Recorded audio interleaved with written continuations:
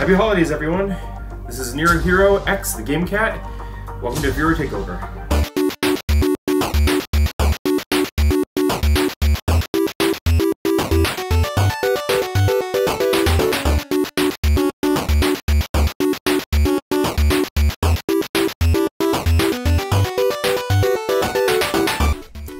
This is PSVR Gamescast Live, but the pre-recorded part where we film live every Tuesday and do that live on YouTube and stuff. But this is Wednesday. This is every today as Viewer Takeover, where we let you, the loyal Game Cats, let you take over the show. As always, my name's Brian Paul, and to my right, your middle. I don't know. I always why do I keep thinking something wicked this way comes all the time? I'm down with that. It's Desra. Yay! Yay! And to my far right, your left, it's the king of all VR kings, the Sofa King himself. It's Jeremy. Hey. Hello. Well, hello there, sir. Oh, hello. All right. First and foremost, as we start Viewer Takeover, we want to make sure we thank Nero Hero, the Game Cat, for that awesome Viewer Takeover introduction. And of course, if you want your introduction to start next week's Viewer Takeover, make sure you put your little Santa cap on. Santa cap on. Little Santa cap on. Little Santa cap on. Yeah, you shaved. It's the lesser known Christmas Carol. It's the little Santa cap. Yes. It's like a kissing ball. I always thought those flower arrangements were funny when I was a kid. With kissing ball? Kissing ball. Kissing ball. Yeah, like a ball of sorry, stuff. Even at like 37, I drive by and I'll still see like all the things at like a fucking flower shop, and it'll be like blah blah blah blah kissing balls, and I'm like, nah. Oh my God, save it for the live show. I have no idea what you're talking about. To without parole at gmail.com. I can't believe you stopped me in mid-sentence and I knew where to pick up. Just make it short, make it sweet, make it simple, make it sexy. Yeah. Keep your clothes on. Most of them. Yeah. Portions. Without parole at gmail.com, and as Jeremy says, if it doesn't fit in our inbox, consider yourself lucky. Yeah. And before we really start the show, there's a few people we want to thank. Yes. Which people are they? These people down here. These people down here. Down here. It's their time down here. Up there. I was watching. Up there is their time. I was watching a different podcast. Yeah. And they did the exact same thing. Yeah. And I was like, It's a thing. The fluffiest of the fluffy, the Game Cats, yes. These people down here are the loyalists of the loyal. Yeah, Yes. so fluffy. They are our loyal Patreon supporters. They all went to patreon.com/withoutparole. Games. I was wondering who's going to do it. And are giving us $1 or more every single month. Now, other than getting their adorable little name down here on this adorable little list. Yeah. What else do they get for their $1 or more every single month? Jeremy?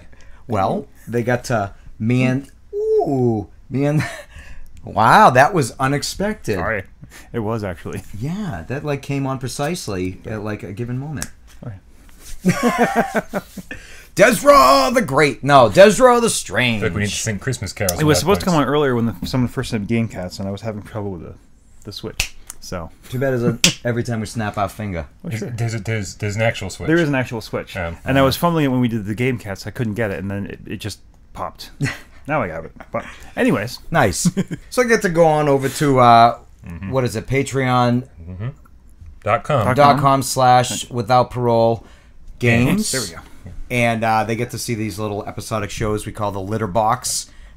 Where usually they're non-game related discussions nowadays for a set amount of time. They're always game related. Are they now? They're always discussions. Mostly. And they're usually about 20 minutes long. Yes. Thanks for participating. Well, all those things may change. You took all actually, the surprise. You're up this week. Oh, nice. Yeah. All right. We'll figure it out. Yeah. So thank you guys for all of your support. And finally, the last group of people we want to thank are, I mean, seriously, when we say thank you to Patreon supporters and thank you to everybody who watches the channel. Yeah. It's a whole different breed of kitty cat that follows Beauty and the Decay's lead and changes their name, their YouTube name on Google, on everything, on social media, their whole identity to show loyalty to Without Parole. We're like the Minutemen of the colony. And they changed their name to Game Cat. So this week, let's give a shout out to everyone who changed your name to Game Cat. And a lot of these happened during our 6-hour Borderlands VR stream. That was an amazing, epic stream, and so many awesome people stopped in. A lot of first timers. Yeah. A lot of long-time first times. Yeah. Love it all. First person we want to thank is Lonesome, the Game Cat. Wow. Next up, 9 Lives, the Game Cat. There you go. Then there's Moonman, Game Cat. Then there's Boy Plays Games, The Game Cat. the Game Cat. And there's Raged Outlaws, the Game Cat. There's somebody we should have given a shout out to months ago. So long ago. Our good buddy Joe Monahan. Yeah. Brody, the Game Cat. When we were accused of not giving him a shout out, I was like, that's bullshit. I went back and watched every single viewer takeover for the last 3 months. We never gave him a shout out. Oh, no. I felt so bad. So sorry. Also, to know is to die, _ the Dead Game. Oh. I mean, how adorable. Nice. Right? You have my Halloween heart. Yeah. All over the place. See, it's an eternal pet. It's always not going to be there. Next up is Bobsy _ the Game Cat. Then there's Dead Ringer. Dead Ringer. The not dead Game Cat. Yeah. Dead Ringer, the Game Cat. And then there's, it's not a slow week, but we have to give it to him. # Game Cat in brackets. Slow week. No, so you said it wrong. #GAMECAT. There's actually a space between all the letters. Yeah. And of course, as you can see, the avatar there on the screen. Yeah. It's hotcakes. Forever hot. Yep. So it's a busy week. There's 10 of you all this week, but we're still giving you a shout out, dude, because you're awesome. Yep. All right, viewer takeover, where we search the comments, we search the videos, and we basically search for #viewer takeover. Yeah. Let's be honest, we make our life easy. Yeah. And then we copy and paste them into a Word document that changes all of your periods to question marks, and we read them that way because we think it's funny. It's not true. No. It's not true anymore. No. Something happened. It got fixed. There was an update. It was an accident. One day it'll be back. Printer's a little bit more self-aware. I wish it was the printer. It's my word processing document. But I don't save these anymore. I just copy and paste them and print them out. There we go. I don't save. All right, first question comes from, oh boy, Tiskerns. Tiskerns. TSKERNS from PSVR this week. He writes, #viewer takeover. It's a thing.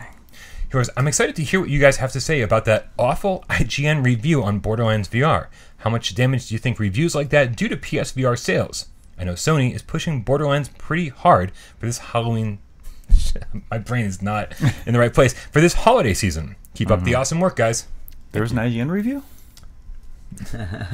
Depends who you ask. Yeah. Thanks to the internet, some things just never go away. Archived forever. Right? So those dick pics you sent.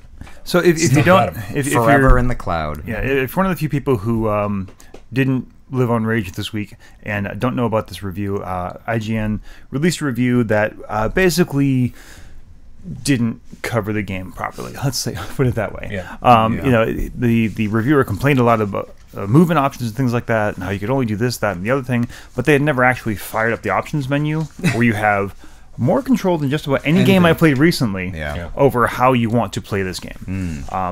There is a jump button. It's confirmed by simply hitting the X button. Well, as long as you have the right configuration. Yeah. I did get that's the long and short of it. The community sort of went up in arms and said, hey, this review is bullshit. Can we? Wow. I just, for the first, and IGN ended up pulling it. So, I mean, that's kind of making a short story. I was going to look at Callum Marsh. Yeah. I looked up Callum Marsh. He's written articles for tons of different magazines, for tons of different online sites. I don't believe this is his first IGN review. I don't believe this. He also wrote for GameSpot before. Okay. Oh, really? So he's been around. Yeah, he's been around. Yeah. I'm assuming he's just a freelance writer. He doesn't seem to be on the editorial staff. If he was, I don't think he is anymore. And basically, I mean, to address the question at hand, Taskern's question. Yeah. What do you think reviews like this do to PSVR sales? Well, initially, if it wasn't such a big game like this, I almost think because of this game being as big as it is in the hype and how completely on the opposite side of the spectrum this review is for how the game actually plays out, I actually think it might cause a little bit more people to look into it and might somehow be one of those benefits somehow. Because there's so much controversy surrounding it, people are going to pay more attention to it. Yes. Yeah, so I think everyone's going to be very curious to see what the next version of this IGN review looks like. I think that's going to be important. I think to your point, Jeremy, there's all this talk about this bad review that came out getting pulled. If the next review is also negative, then it's going to be okay, well, this is just a bad game. Right. Yeah. If the other game is like, oh, reviewer X didn't know what he was talking about, didn't do his full job, and hey, here's all the things that are good about the game, then I think that certainly can help. Yeah. But I think the reality is there's going to be a little bit, everyone got so upset by this guy, but he had some valid criticisms. I mean, there were a lot of invalid ones too, don't get me wrong. But there are some issues with the game. Yeah. There are some issues with the game, but when your entire review is basically hinged on the fact that there's all these comfort settings that you can't turn off, and that this is how this is, and this is how this is, and so much of it was non-factual. Right. That even his valid criticisms, they just get lost in the ether. Like, it's just a mess, right? There are valid criticisms that I feel like I addressed pretty well in my review, but nothing game breaking. Simple fixes in a sense that could be patched out. That every game has bugs. These are like common, not game breaking things. And things that as far as like the map in the far upper right hand corner of the screen.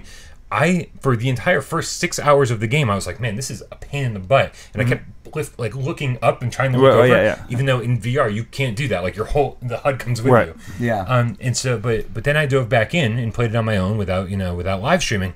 And within just a little amount of time, I got real used to just kind of looking up there. Yeah. And it's like, and even this small, tiny little font that's underneath it saying, these are your next mission objectives. It all kind of came together, and I saw what the developers saw after probably thousands of hours of playtime. I was like, oh, this is actually very convenient. Yeah. Do I wish I had the option to make it bigger and maybe mess with the opacity and all that stuff? Sure. Yeah. But almost none of my complaints for the game ruin the game. Yeah. The non-VR cutscenes are probably the only thing that I would beg for them to fix. Because you go to a boss battle. You walk into a section, and then you're all in VR, and then boom, immediately you're cut to this 2D screen, which is strangely rendered in real time. I had no idea, but because one boss battle came up, and I had just thrown a turret gun down, and there it was in the cutscene, and I was like, holy crap, what is the point of these not being in VR? My turret gun's there. Certain games do that, though, right? And is there a reason, or just probably easier? Yeah.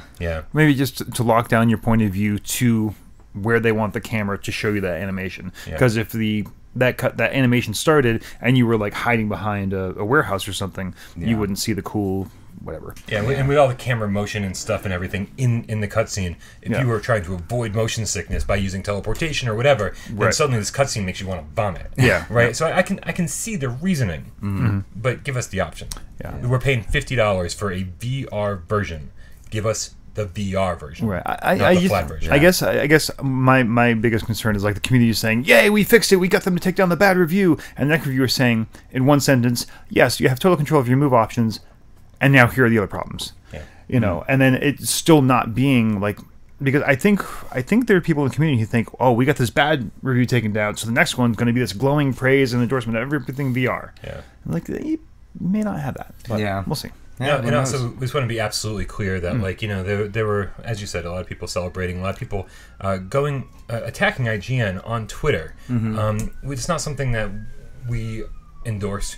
This is not a witch hunt. We do not. We don't. IGN's had a rough year. Right.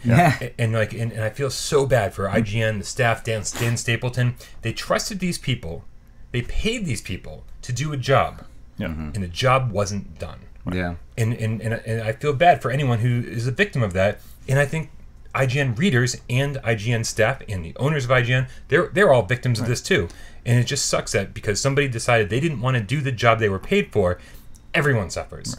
So I feel bad for everyone involved, except for the people who were to blame. And we can give them credit too. To IGN's credit, once it was kind of brought to their attention, oh yeah, you're right, this review is crap, we're pulling it down, we're sorry, I wish I had it pulled up, but there's a nice little comment from the editorial director, Dan Stapleton. Dan Stapleton, thank you, saying we need to do a better job of vetting our reviews. So I think in the long run, overall, good on you, IGN. I think they made a mistake, recognized they made a mistake, and did what they could to fix it. And are going to correct it. All right, we should probably move on now. Yes. And this is a long one. I hope you get your reading glasses on. You're up, Asia. All right, Jace, during the Borderlands 2 6-hour live stream, hashtag viewer takeover. During the stream, you said we'd have to take what we can get in terms of AAA games being ported to VR, and that if they are only going to sell 1 million copies, a massive amount of money, then we can't expect devs to spend much money doing the port. It's a bit of a vicious cycle, though. If we don't buy lazy ports, then we don't get the sequel. But the devs don't want to put too many resources into making an excellent port in case it doesn't sell. In Borderlands' case, it's worth remembering that Gearbox are not a cash-starved indie developer. Surely there has to be a balance, e.g. putting all the DLC into this version and charging $40 or £35 instead of $50 for an old game with no DLC and bare-bones VR features. I've heard some VR users even suggest buying bad games to support VR because the next game the devs make might be good. A bit crazy. There has to be a balance, I think. Support good games that are fairly priced, don't reward cash-grab devs who seek a quick port and is easy money from an audience who are eager for AAA titles for their headsets. Whew. And maybe wait for a sale in some cases. That still shows support for the product, but also communicates how you feel about the pricing and quality. That's a lot. That is a lot. There's so much to tackle here. Yeah. There is. I think the first thing I want to say is don't listen to anybody telling you to buy a bad game for any reason whatsoever. No, yeah. Friends don't let friends buy crap. Exactly. And if somehow any of the messaging from us got confused, we always talk about how you should support indie developers now because then their next game will be bigger and the game after that will be bigger and the game after that will be even bigger, and that the indie developers now in 10 years might be our AAA developers. Yeah. If the games are good. Yeah. We're not saying buy Support crappy no games. matter what. Right. Yeah. So there are so many amazing indie games on PlayStation VR that you should support those developers. Yeah. But only if their game is good. Yeah. I can think of, it seems to be a go-to example recently, but To the Top. So It was a great game, really simply done, and that was when we absolutely buy this to support them because we want to see what they do next. This isn't like, I don't know, I don't want to throw anyone on the bus right now, Snow Fortress. Okay? They made a crappy game this time, so we're going to buy it so they can make a good game next time. Like, no. Yeah. We shouldn't reward crappy games. That siren's on our side. Sorry, guys. Yeah. Yep. But it's the firemen, so they're on our side. And we also want to say, I said something along the lines of we should take what we can get when it comes to big AAA games Being available. Right. Yeah. I was like, if Gearbox said, hey, we've got a bunch of money and we're going to license our property out to this development team who's going to bring it into VR, they know full well that it's only going to sell a certain number of copies. Yeah. So they're like, okay, well, we have to strip out multiplayer, we have to strip out DLC, and there's no way we're going to add aim support. Yeah. But here's what we can give you for this amount of money, so that we're not taking a huge financial risk to the very limited VR audience. Yeah. It's like, I feel like, we should take what we can get. But we can't demand more than we can give back. Like each of us is only going to buy one copy of the game. Yeah. Well, I mean, I bought 3 copies of the game, but most people are only going to buy one copy of the game. Yeah. And so it's not like it's not like we're giving back to the developers, for saying, hey, thank you so much for giving us a full featured blah blah blah. We're just for $50. I feel like we got an amazing, very long campaign. Yeah. With beautiful and it works so well that I'm like I'm having a hard time complaining about the things that aren't included. Yeah. Right. And if they were going to charge us. If they were going to include all of that and charge us more, I'd probably be like, all right, that's mine too. Yeah. But I don't know. I just feel like we have to put a little trust into the AAA developers, saying this is what we can afford to give you without taking a huge loss on the back end. Yeah. I don't know. Is that fair to say? Yes, I agree completely. I think it's just kind of, you can't expect too much. I mean, we did invest in something that's not like well established, like the VR. It's like still going. Starting out and just getting its footing, and we can't demand, 100% of the, because I mean, if they kept multiplayer, they got to keep the servers open. I mean, that's more team that they have to invest. I don't know how servers work. It costs money. Yeah, it costs money in the long run. And if they were to invest that and do that, and it was unsuccessful, it would make it seem like VR or their product was failing somehow and might hurt the forward momentum that VR seems to be gaining. Yeah. I think you can see it both ways. I mean, one, yes, it's a smaller audience they're catering to, so maybe we should set our expectations a little lower. On the other hand, I think he's got a point. Gearbox is not a cash-starved indie developer. There are some things they could have done better, and I don't think we should say, well, oh, thank you, AAA indie developers, Oh, God, AAA no. developers for deigning to lower yourselves to give us VR. Yeah. I don't think we should take that attitude either. No. Like, we still deserve a good game, and I think we should have higher expectations for a developer with experience, with some budget. But Gearbox not being a low, but they have money, but they Right. made that money and they got that success by doing flat screen. Yeah. So for them to do this is somewhat of a risk, but they took a risk that they felt they could afford, and that is enough out there financially where they're not gonna. I don't know what they would lose, but I think it's a. There's no more pens. I dropped mine. How many are you? Yeah, seriously. But I mean, they're a AAA developer, and they gave us a great VR version of a great game. Yeah. And I feel that they took a little bit of a risk, and now this might be a gateway for them to, take more of a risk. I think this is great because it's a first step. Yeah. It's like, oh, okay, good. Now when Borderlands 3 comes 3. out, does that mean you've already get the engine up and running, and that this is now it's VR as well if you want it. So I think it's a great first step for them, and I totally agree with what you're saying, Des. I don't think we should be praising AAA developers for giving us any little morsel of any kind of VR game. Yeah. Especially when Resident Evil 7 comes out of the gate with both on the same disc, Right. not forcing us to buy like a separate VR version with anything stripped out of it. Yeah. Here's your full game, Resident Evil 7 in VR, and it's amazing. Yeah. Day one, give you both for free. And I think that's the biggest misstep, or the biggest thing that's hurting them right now with this is Borderlands 2 has been out for a long time. The people who like this type of gaming have already played this to death, and it's different. I think I said it when I first played it.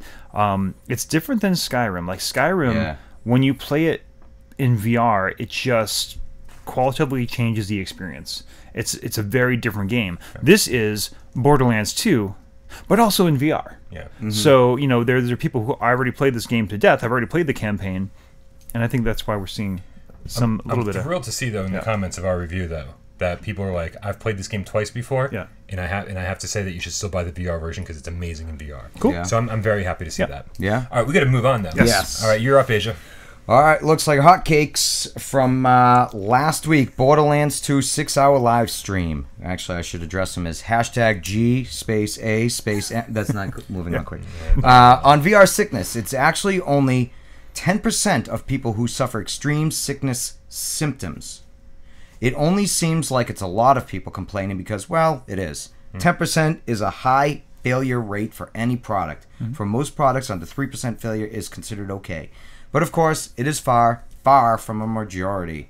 It's just 3 times more people complaining than for the worst of other products. I mean, yeah, it's the same as everything else. Vocal minorities scream louder than the silent majority. Well, Yeah. it's, And when it's it's 3 times the number of any other vocal minority, it sounds like a lot of people. But this is so different. This is hard to compare to other things. Just because you're fucking with your brain to make you feel like you're moving but not moving. So motion sickness might have a higher percent, so a higher failure rate in this realm. I don't know.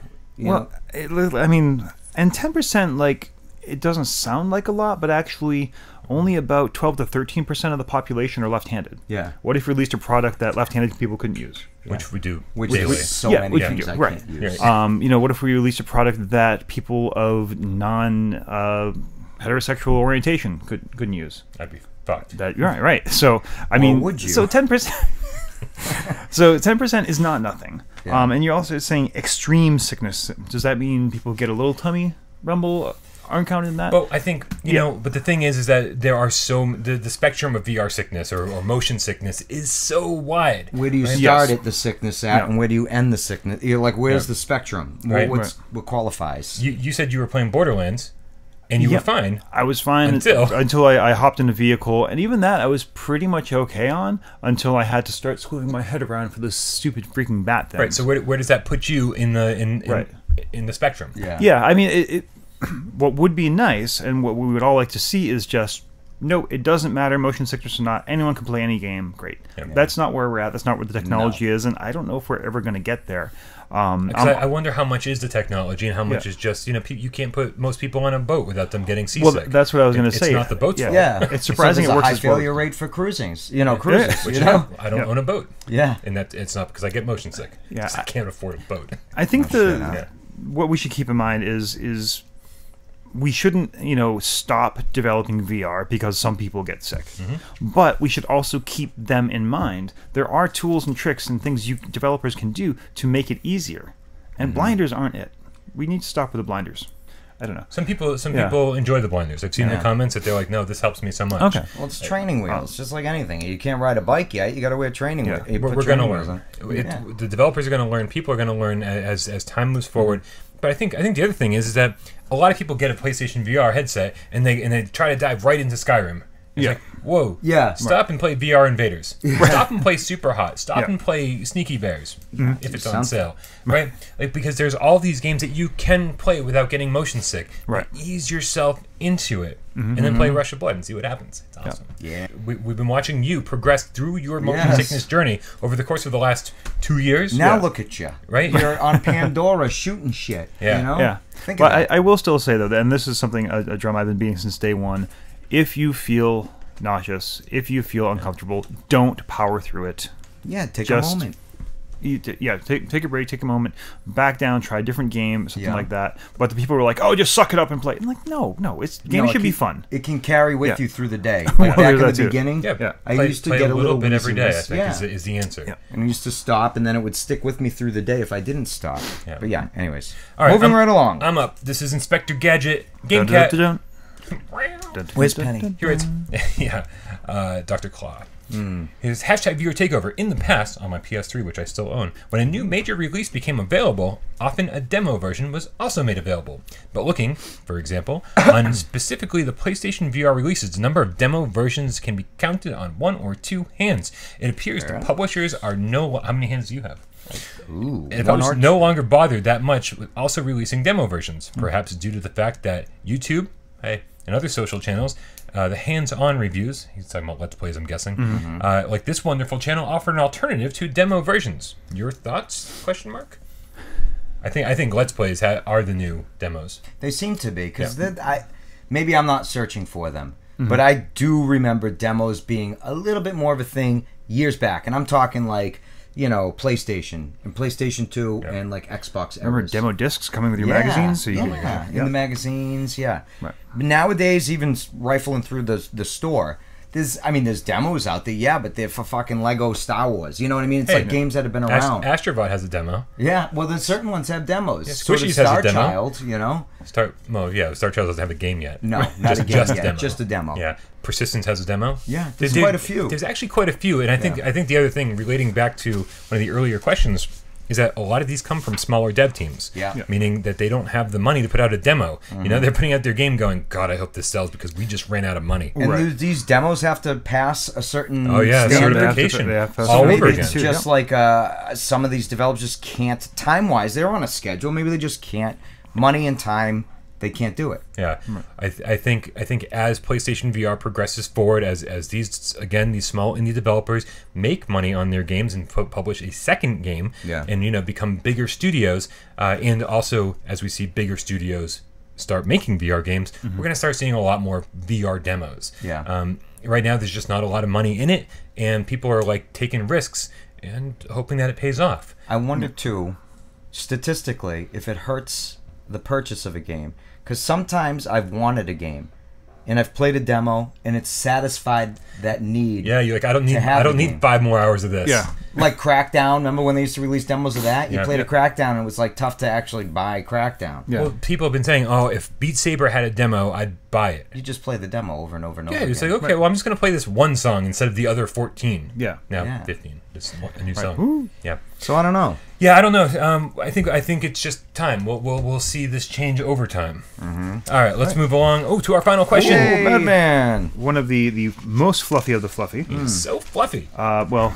he's fluffy like me. He's probably got hair from the waist down. No, has he gone fully shaved? I can't remember now. Right?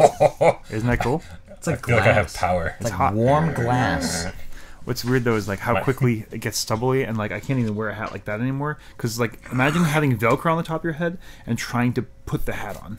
It's bad. Anyways, I kind of want to shave my head just because that felt so cool. it doesn't. It It does I just feel be walking feels around really like this all the time. I know. People think I'm weird. It's so hard not to. Yeah. Honestly. Yeah. All right, nice viewer takeover, guys. Thank you. Hashtag viewer takeover. Meta. Hashtag it's a thing. Meta. There's a lot of metas going on. Any word on merchandise? I got the wristband. I've done the intro. I've changed the name. I'm on Patreon. I got a T-shirt. Oh, that's right. You made your own. That's right. I forgot. He made his own T-shirt. That's yeah. right. Yeah. But Yeah, I want I'm jealous. I want the T-shirt, hoodie, baseball cap, coffee mug, pizza box, hell, whatever you guys come up with. I want it all raw. Pizza box sounds excellent. That's like Yes. I just want Catherine. Pizza sounds excellent. Remember Catherine had the pillowcase in the pizza box? Yeah, I've got it down there I got it.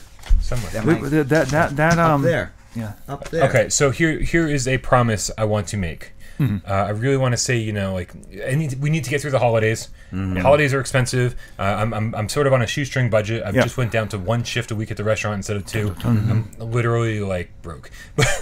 So we need to get through the holidays, and I need to kind of like regroup at the beginning of the year, and then I'm going to end up sinking a ton of money into buying T-shirts, and then we're gonna have all sorts of options for sizes and all that stuff. Yep. But we're gonna keep it real simple. Yeah. I think Des and I have been discussing the T-shirt, and I think it's just gonna be a black shirt, maybe like gray letters. It says #GameCat, and that is it. Yeah. Like it's just gonna be. Just to start, I mean, we've got a supplier now, and so like wheels are turning on this stuff, and it's going to be one of those things. Like if we see a big response, if we're like, you know what, if let's say we do a pre-order and also we have like 200 pre-orders, like oh okay, but if we Brian bites the bullet and buys 75 T-shirts, and in 6 months we have 70 T-shirts sitting around the apartment. I'm gonna be wearing nothing but GameCat T-shirts. Right. Yeah. We'll have to make sure they're black so that way we can wear them at work. Exactly. So it is coming, and it's kind of like, but like Ryan said, holidays are crazy for everybody, and we're gonna definitely do it after the holidays. But they are coming, at least T-shirts and other stuff. Well, we'll see about. I don't know how much does a custom pizza box get. I don't know. As long as it comes with pizza, I don't care how much it costs. All right, guys, thank you so much. I want to thank every single person that changed their name to GameCat. I want to thank Nero Hero for the awesome viewer takeover introduction. Yay. I want to thank all of our Patreon supporters. Yes. I want to thank everybody who watches this channel. I want to thank Des for wearing such a cool ass sweater today. Right? Yeah. Christmas. That's right. It's Yeah. the Christmas Most show. I don't know. What are we? time The of the holiday show. Oh yeah. I don't know what's happening next week. We'll figure it out. Oh wait, that's next. Yeah. Yeah. But no. Next week we're it's gonna be Christmas. week. That's The right. day we normally film on Is Christmas is Day. Christmas Day. And Right. So I don't know unless what's you want to happening. get in trouble, I want to get in trouble. We ain't going to be Join us in VR inside the womb of. We'll discuss it. If we find out anything more this week, we'll absolutely let you know. Guys, thank you so much for tuning in to another episode of Viewer Takeover, and we'll see you yesterday on the live show. Yes. We love you all. Bye-bye. Bye.